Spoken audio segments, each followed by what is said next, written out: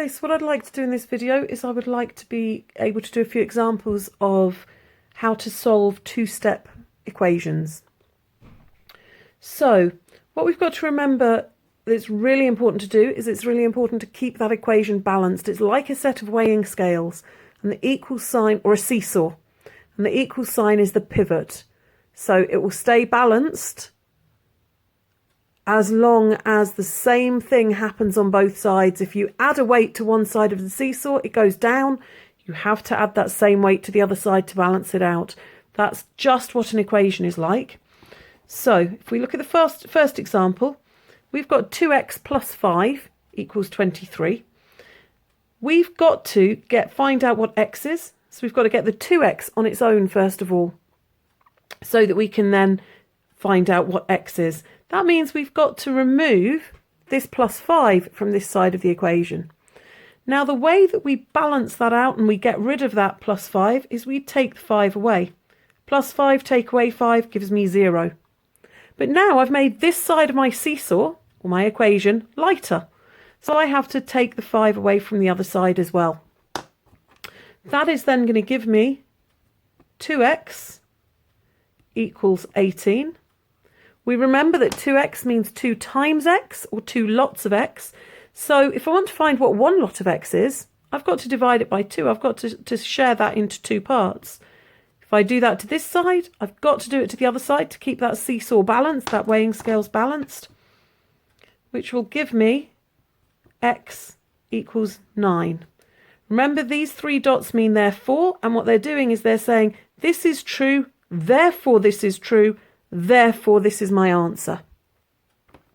When you see an equation like this, where it's written the wrong way round in a way, you can actually solve it exactly the same as we solved the previous one. You can also rewrite it and just write the sides the opposite way around. It's as if you've started on one side of the equal sign and you've started on one side of the seesaw and you've just walked around to the other side of the seesaw to see what's happening. It's still going to be balanced. The things are just going to be on opposite sides for you. So I want the 3x on its own. What I've got to remember is that this is plus 25. I don't use the sign in front of the 3x.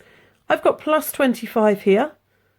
So I can take 25 away from that side, take 25 away from this side. That's going to give me 3x equals minus 9. And again, I'm going to divide both sides by 3, which gives me x equals minus 3. Okay. Carrying on,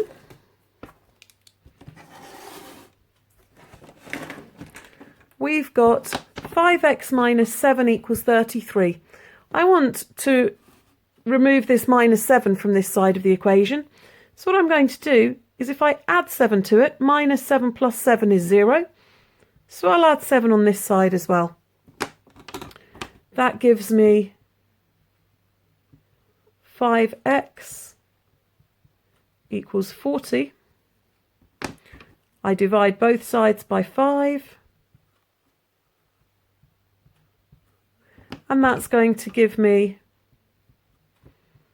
x equals 8.